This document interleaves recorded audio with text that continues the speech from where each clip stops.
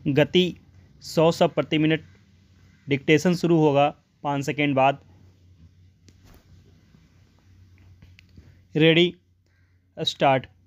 श्रीनगर के लाल चौक पर कांग्रेस की भारत जोड़ो यात्रा का भव्य समापन वास्तव में सकारात्मक राजनीति का एक नमूना है।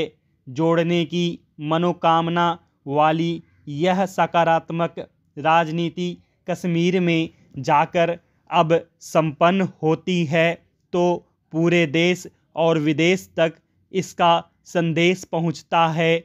इस तरह की यात्राएं अगर हमारे देश की तमाम राजनीतिक पार्टियां निरंतर करती रहें तो देश में कहीं भी अलगाववादियों को छिपने की जगह नहीं मिलेगी। एक समय था जब लाल चौक पर झंडा फहराना बहुत साहस का काम माना जाता था। फिर भी जब जब किसी पार्टी ने लाल चौक पर पहुंचकर झंडा फहराया तब तब इतिहास बना और राष्ट्र को मजबूती मिली। यह तथ्य भारतीय जनता पार्टी भी ज़्यादा बेहतर जानती है। बहरहाल अब यह एक इतिहास है कि राहुल गांधी के नेतृत्व वाली यात्रा 150 दिनों में 12 राज्यों और 2 केंद्र शासित क्षेत्रों से गुजरने के बाद जम्मू कश्मीर में संपन्न हुई है। लगभग 3500 किलोमीटर लंबे पैदल मार्च के विभिन्न पहलू हैं जिन पर अलग अलग ढंग से चर्चा होगी। सियासी नज़रिए से देखेंगे तो आलोचना के लिए अनेक पहलू मिलेंगे और राष्ट्र के नज़रिए से देखेंगे तो उम्मीद का संचार होगा। आलोचकों ने वैसे एक भी मौका जाने नहीं दिया, पर लोगों ने राहुल गांधी को कभी धूप में चलते तो कभी बारिश में भीगते और कभी बर्फबारी के बीच देखा है। अगर यह यात्रा अपने देश को और करीब से जानने की कोशिश है तो फिर इससे बेहतर कुछ नहीं, पर अगर इसका मकसद केवल सियासी है तो इसके असर का पता चुनाव में ही लगेगा। आम लोगों के लिए यही संदेश है कि हमें यात्राओं के दौरान अपने देश को समझना चाहिए। यात्रा केवल अपनी खुशी या मनोरंजन के लिए ही नहीं है, बल्कि भांति भांति के लोगों से मिलने का अवसर भी है। गौर कीजिए, आदि शंकराचार्य ने यात्राओं से ही इस देश की एक आंतरिक धार्मिक सीमा तय की थी। विवेकानंद और गांधी जी ने भी अपनी अपनी यात्राओं से ही इस देश को पहचाना था। इसमें क्या संदेह है कि जो नेता देश को ज़्यादा बेहतर जानेगा समझेगा वह सियासी मोर्चे पर उतना ही कामयाब रहेगा। अगर इस यात्रा के दौरान 41,000 रुपये की टी-शर्ट का आरोप लगा तो उस पर 10 लाख की छूट की प्रतिक्रिया हुई। सियासत में यही होता है, जैसी ध्वनि आप उत्पन्न करते हैं वैसी ही प्रतिध्वनि लौटकर आती है। भारत जोड़ो यात्रा की कुल ध्वनि सकारात्मक है। इसे आगे भी कथनी और करनी से बल प्रदान करने के लिए कांग्रेस नेताओं को सक्रिय रहना होगा। क्या ऐसी यात्रा से हर सियासी पार्टी को कुछ न कुछ लाभ हो सकता है? ऐसी यात्राओं के महत्व को कौन नकार सकता है? लाल कृष्ण आडवाणी की रथ यात्रा को भला कौन भूल सकता है? उस यात्रा ने देश का मिजाज बदलने में अपना योगदान दिया था और आज 3 दशक बाद भी उस यात्रा को याद किया जाता है। क्या राहुल गांधी की यात्रा को भी याद रखा जाएगा? एक से बढ़कर एक दिग्गज इस यात्रा में शामिल हुए हैं। लोगों ने अपनी पीड़ाओं से नेताओं को अवगत कराया है। जरूरी है कि सभी पार्टियां उन पर गौर करें।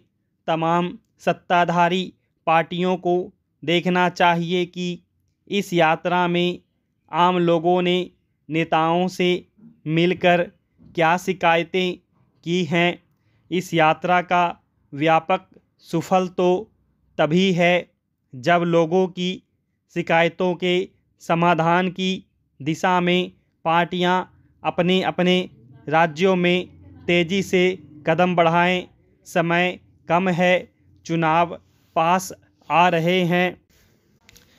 करीब 3500 किलोमीटर की राहुल गांधी की भारत जोड़ो यात्रा सोमवार को श्रीनगर में पूरी हो गई। अब सबके मन में यही सवाल है कि उनकी इस यात्रा के तात्कालिक और दीर्घकालिक क्या क्या प्रभाव पड़ेंगे। कहने को तो कन्याकुमारी तमिलनाडु से श्रीनगर जम्मू कश्मीर तक की इस दूरी को करीब 5 महीने में नापा गया है, लेकिन दक्षिण के राज्यों को राहुल गांधी ने जितना वक्त दिया उतना उत्तर विशेषकर हिंदी पट्टी के सूबों को नहीं दिया। फिर भी किसी नेता ने बहुत दिनों के बाद इस तरह पांव पैदल दक्षिण से उत्तर तक का सफ़र तय किया है, जिसके लिए निस्संदेह राहुल गांधी और कांग्रेस पार्टी को बधाई दी जानी चाहिए। इस यात्रा में कई जगहों पर संयुक्त प्रगतिशील गठबंधन संप्रग के घटक दलों के नेता शामिल हुए और राहुल गांधी के साथ कदम से कदम मिलाया, लेकिन ज़्यादातर विपक्षी पार्टियों ने महज शुभकामनाएं भेजकर अपनी भागीदारी पूरी की। यहाँ तक कि सोमवार को श्रीनगर में समापन समारोह में भी 20 से 21 दलों को न्योता भेजा गया था, लेकिन द्रमुक नेशनल कॉन्फ्रेंस, पीडीपी, सीपीआई जैसी 8-10 पार्टियों के नेता ही इसमें शामिल हुए। राजद, जदयू, सपा, तृणमूल जैसे तमाम दलों ने इससे पूरी तरह से दूरी बरती। देखा जाए तो विपक्ष को एकजुट न कर पाना इस यात्रा की एक कमजोरी रही है। फिर भी आने वाले समय में भारत जोड़ो यात्रा का भारतीय राजनीति पर विशेष प्रभाव रहेगा। पहला असर तो यही है कि इस यात्रा ने राहुल गांधी और कांग्रेस की लोकप्रियता बढ़ाई है। लोकप्रियता में हुई इस वृद्धि को इस रूप में भी देखना चाहिए कि साल 2019 के बाद से आम मतदाताओं की नज़रों में कांग्रेस और राहुल गांधी दोनों का कद घटा था। इसलिए जो इजाफा अभी दिख रहा है वह उनकी लोकप्रियता को मूलतः 2019 के स्तर पर ले जाता दिख रहा है। सी वोटर का हालिया सर्वे भी इस बात की पुष्टि करता है। हाँ, इस बात से कतई इनकार नहीं किया जा सकता कि भारत जोड़ो यात्रा से राहुल गांधी की निजी छवि सुधरी है।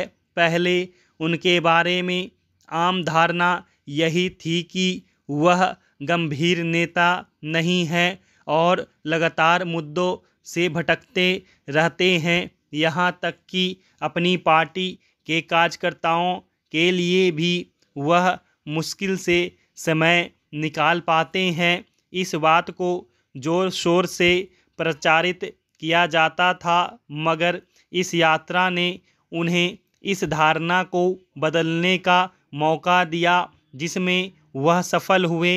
आम लोगों ने यही देखा कि पिछले 5 महीनों से राहुल सड़कों पर हैं और उनकी यह क्षमता लोगों को प्रभावित कर रही है। स्टॉप।